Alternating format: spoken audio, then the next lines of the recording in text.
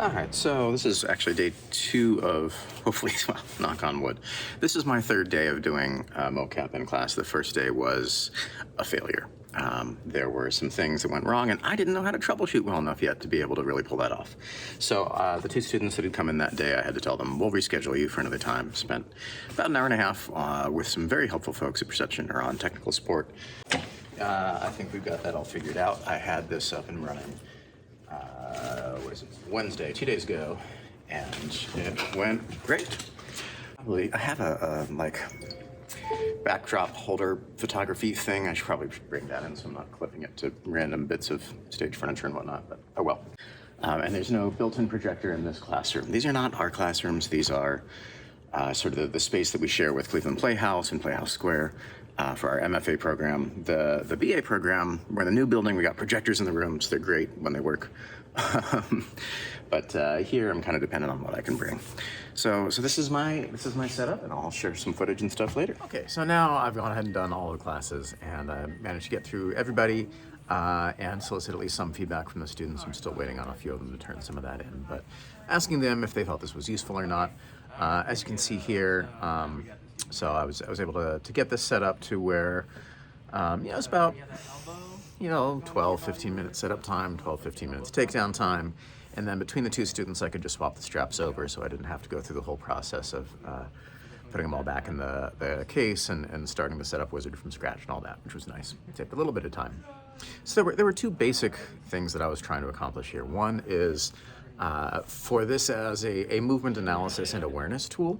I thought it would be useful for the students to be able to look at themselves in a purely anonymous postural and movement way. Because even just looking at yourself in the mirror or on video, you see you. You don't see what you're doing. You see everything about your identity, who you are. And so this allows us to have purely objective motion data. It doesn't lie. It might mess up. There are a couple times. There's one person where for some reason like the elbow kept glitching out, and I'm not sure why it was doing that.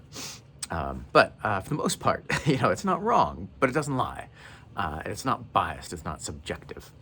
So it does sound like that was very useful to them. So moving forward, what I'd love to do is get sort of an intake assessment at the beginning of a new 2-year MFA cohort saying, hey, here's the patterns that we see and the things we want to work on with you over the course of the next 2 years. And I think that'll really help them be aware of, hey, you know what, maybe I am locking my knees and not using my lower body, or wow, I really do that kind of shifting thing when I'm talking a lot, don't I? So I had them all go through some basic, sit, stand, walk, a little bit of a jog, which also helps see if the straps are tight enough on the sensors. The first part of their sun salutation, so we could see, like in push-up form, are they actually getting a straight back or not? Trying to threaten someone, trying to be intimidated, celebrating a victory, doing some kind of a dance, and telling a story or a joke are sort of the basic things that I asked everybody to do. And then what I did was I put together a video of all of those anonymized, 4 on a screen here. There's 2 different videos, and asked them 2 things. First of all, can you identify your classmates just by their data? If nothing else, I think the dance is a bit of a giveaway because that's so highly personal. But there's other things in here too. And for the most part, so far, everybody's been able to get that, which is fun to see, because they've known each other now for almost 2 semesters, a semester and a half, and taking all their classes together, doing a show together. They know each other pretty well. So that was part 1, and that was just using the Perception Neuron Studio software. Part 2 was porting this into Unity in this case, because that's what the student I was able to hire through my grant with Freedman Fellowship was familiar with. I was originally starting in Unreal, shifted over to Unity because that was what they knew. Just using stock characters from Mixamo because it was free and they were already rigged for Unity, and that worked well. I'd love to get some more variety in here at some point, as well as maybe some original projects or collaborations, but for now, this just gave them a bit of a flavor of what it's like to try and look at another character, instantly take on some aspects of that, and just try puppeteering it, basically. And it's similar to what we might do with a character mask. I think it's the same skill set that we were building throughout the Lecoq pedagogy of, look at a color. How does that color move? Look at an element. Can we embody that element? Can we become what we see on the essential journey, whether that's the trees, whether that's the water, whether that's the mountain, whether that's the distant sun setting? Can you take on those aspects of what you see and physically embody it? Now we get to see an application of that, of, hey, here's a cartoon character. How is this, what vibe do you get from this person? How do they move? How do they greet a friend? How do they stand up after they've been sitting down for a while playing a game? How do they dance? Do they dance? How do they breathe? And there's some technical aspects to this. These models don't expand or squish in the way that hand-drawn animation would. So like breathing, my rib cage can actually expand and contract a little bit. Theirs can't. We have to translate it into either forward and back, or up and down, or other kinds of motion that the sensors can read and that the model can perform for us. So a little bit more just kind of character side coaching with those. And I think they all had a blast with it. None of them were in it long enough to have the novelty wear off, or to start really getting into the okay, now what kind of things. I think we're maybe just starting to get there. So the next thing for me is I have flying in a master teacher, guest artist on this, Michelle Ladd-Williams, who I've known for decades now thanks to the Patty Crane workshops. And she's gotten to do motion capture coordination, especially around motion capture combat, with the Weta team, working on Return of the King and creating the army battles there, with Narnia, Lion, Witch, and the Wardrobe, with Pirates of the Caribbean, with Marvel's Thor. Lots of great experience there. And I recently found out that one of the actors in the current CPH show of Three Musketeers is also somebody I know who's done cartoon and video game work. So I'm hoping to get some more input from people who are actually doing work in the field now. And that will hopefully inspire the students. It will hopefully, for the public workshop, get some other people on campus maybe interested. We have students who are doing game design and things like that.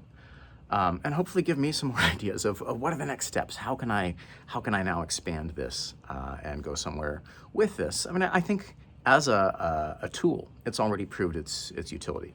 But I'd love to be able to do more collaborations with people on creating an actual, short animated film, or helping somebody in a video game class create stock sets of animations that then their students can use when they are creating a third-person platformer or something like that, right?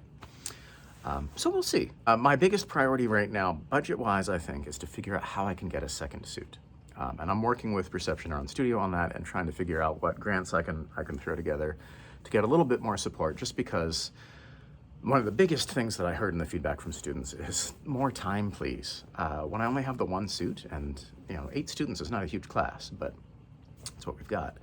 I have classes that are generally 9 to 10:20, so it's less than an hour and a half, and if it's a little bit under 15 minutes to set up and a little bit under 15 minutes to take down, that's a half hour per student in the suit. And cycling through, that's all you're gonna get class-wise for basically a week and a half. So I think prioritizing getting a second suit, both so we can get more time in there, and also so we can start doing some two-person scenes and things like that. I will say the Perception Neuron Studio suits, and in general the kinds of suits that are not an optical system, are not ideal for collaborative, especially like stage combat or stunts or anything like that, because you've got these fragile, expensive electric sensors on the suit itself. So you can't roll over them or they go crunch. You can't shove them. They're on straps rather than a suit, which is great for being able to cycle through students in a class, which is what I'm doing. But it means that if someone grabs my arm and moves my arm, the thing's gonna spin around, and all of a sudden the model of my arm is gonna have a weird crooked arm from there on. So there's issues with that. I can't track props and stuff like that. But there are still ways that we could do interactions and have two-person scenes, and I think make better use of that time if we had 2 at a time. So that's probably going to be my next my next struggle, is to try and get that, as well as working with this work-study student of mine while I have some funds to pay them through the end of the fiscal year, to try and figure out how to get the facial capture part in there. I have made a counterbalanced helmet to try and hold a smartphone out here, where we can do the, there's free apps that will do the facial recognition live capture of facial animation that can then be ported into Unreal or Unity and just use your smartphone.